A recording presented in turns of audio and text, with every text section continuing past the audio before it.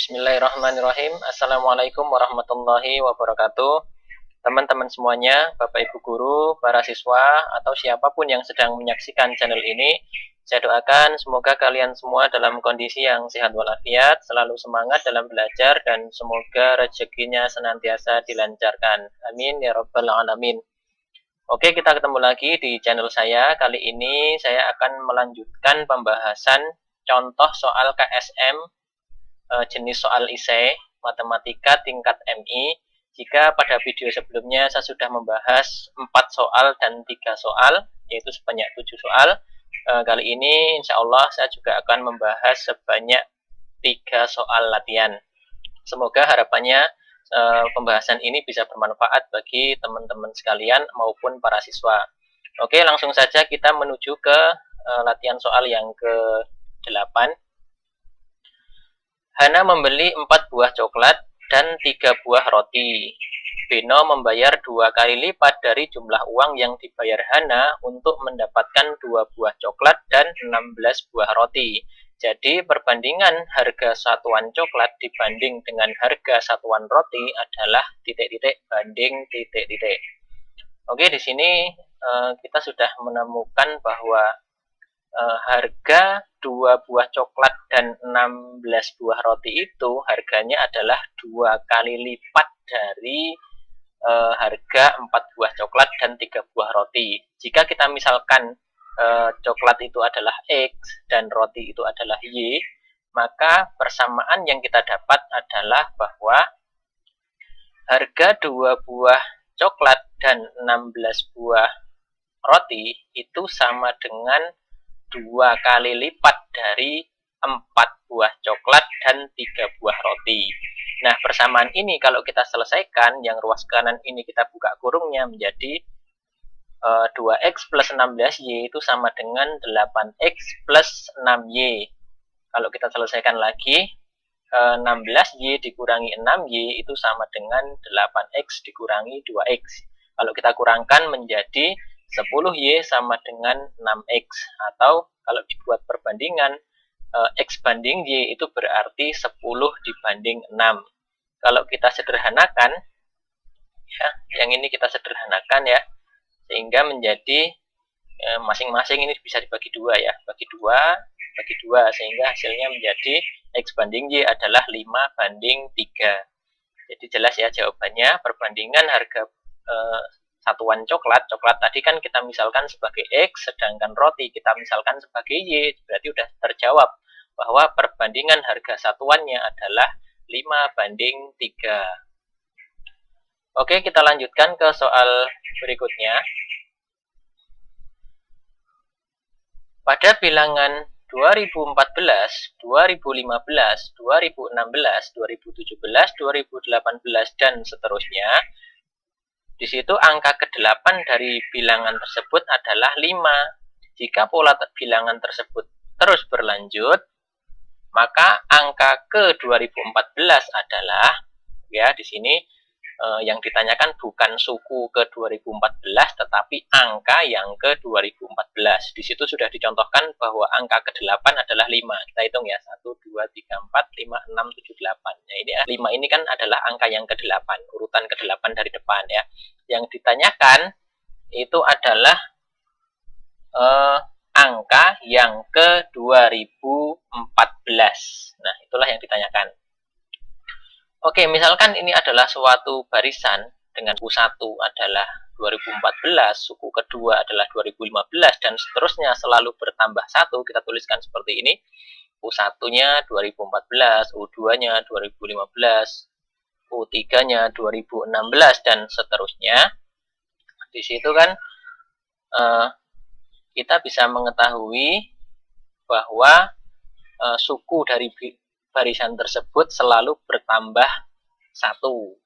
Nah, agar angka tersebut bisa mencapai sebanyak 2014 angka, maka dibutuhkan berapa suku? Nah, kita bagi saja 2014 dibagi 4. Nah, kenapa dibagi 4? Karena setiap suku ini kan terdiri dari 4 buah angka. Nah, 2014 ini kita bagi dulu dengan 4, nanti hasilnya adalah berapa suku gitu ya. Ternyata kalau 2014 dibagi 4 itu hasilnya adalah 503 dan 2.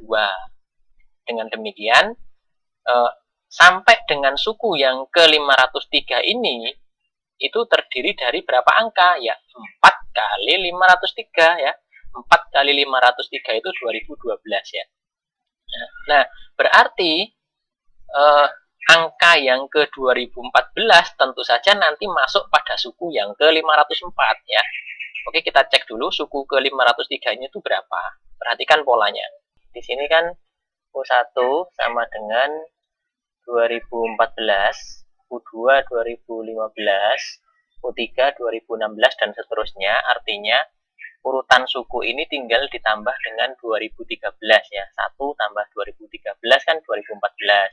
2 tambah 2013 2015, 3 tambah 2013 sama dengan 2016 dan seterusnya. Polanya selalu setiap sukunya itu tinggal urutan suku ditambah dengan 2013. Nah, berarti suku yang ke-503 itu bisa dicari dengan 503 ditambah dengan 2013 sama dengan 2516. Nah, ini kan 2516 ini adalah suku yang ke-503.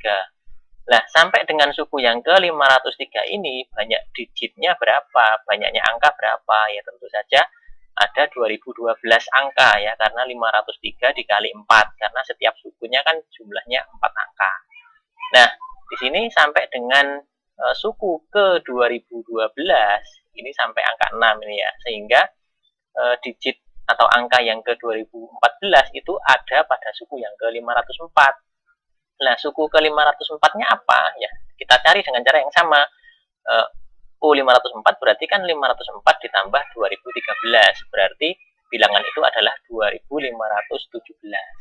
Nah, dengan demikian sampai pada suku 503 kan jumlah angkanya 2012. Sehingga dua angka berikutnya adalah 2 dan 5. Maksudnya sampai angka 6 ini adalah digit yang ke 2012.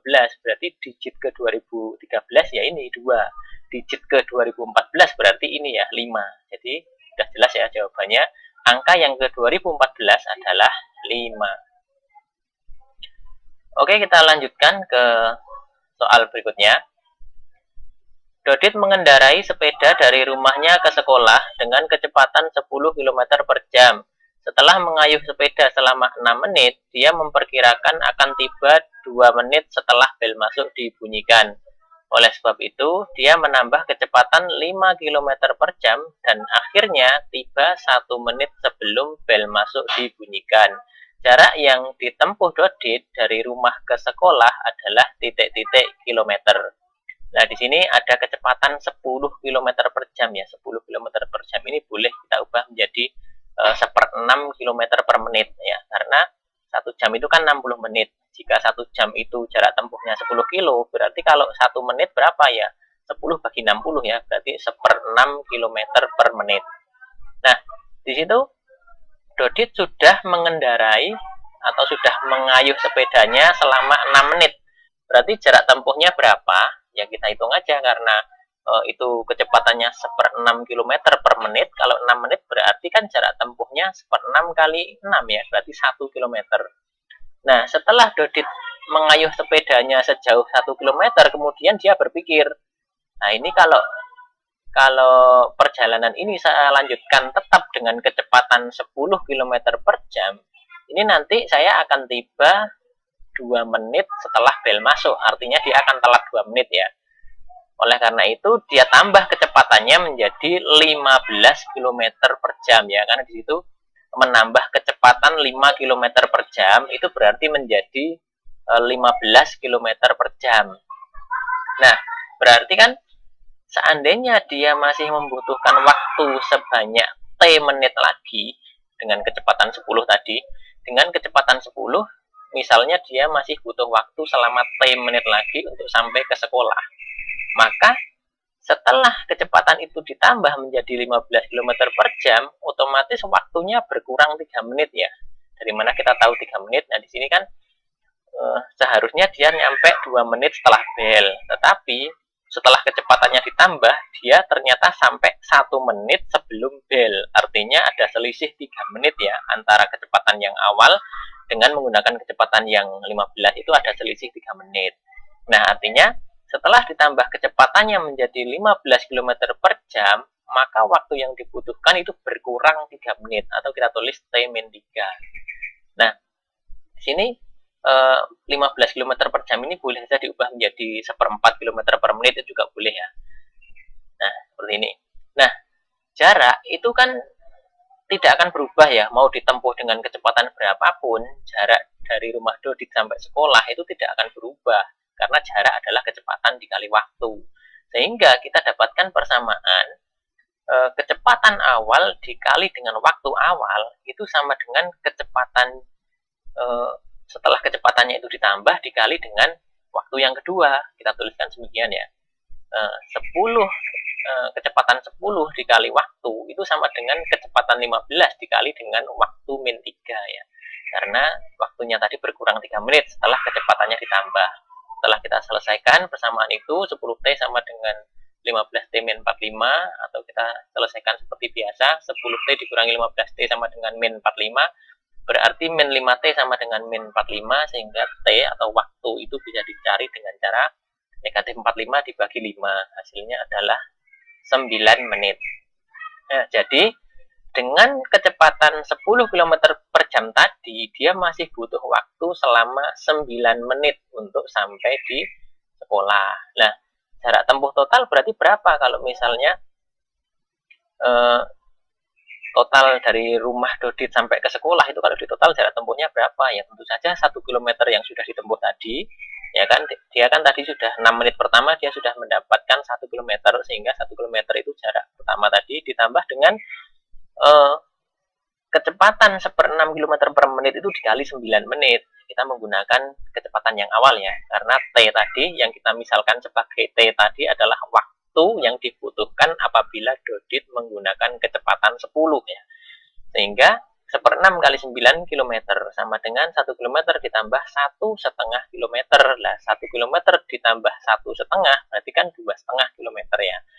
Yang ditanyakan di sini adalah jarak yang ditempuh Dodit dari rumah ke sekolah adalah titik-titik kilometer, ya dijumlahkan aja ya, 1 ditambah 1,5 sama dengan 2,5 km.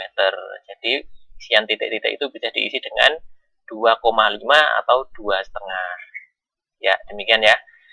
Semoga bisa dipahami. Namun jika masih ada yang kurang paham bisa ditanyakan di kolom komentar maupun diputar ulang video ini sampai bisa dipahami. Oke, semoga bermanfaat. Jangan lupa untuk like, komen, share, dan juga subscribe.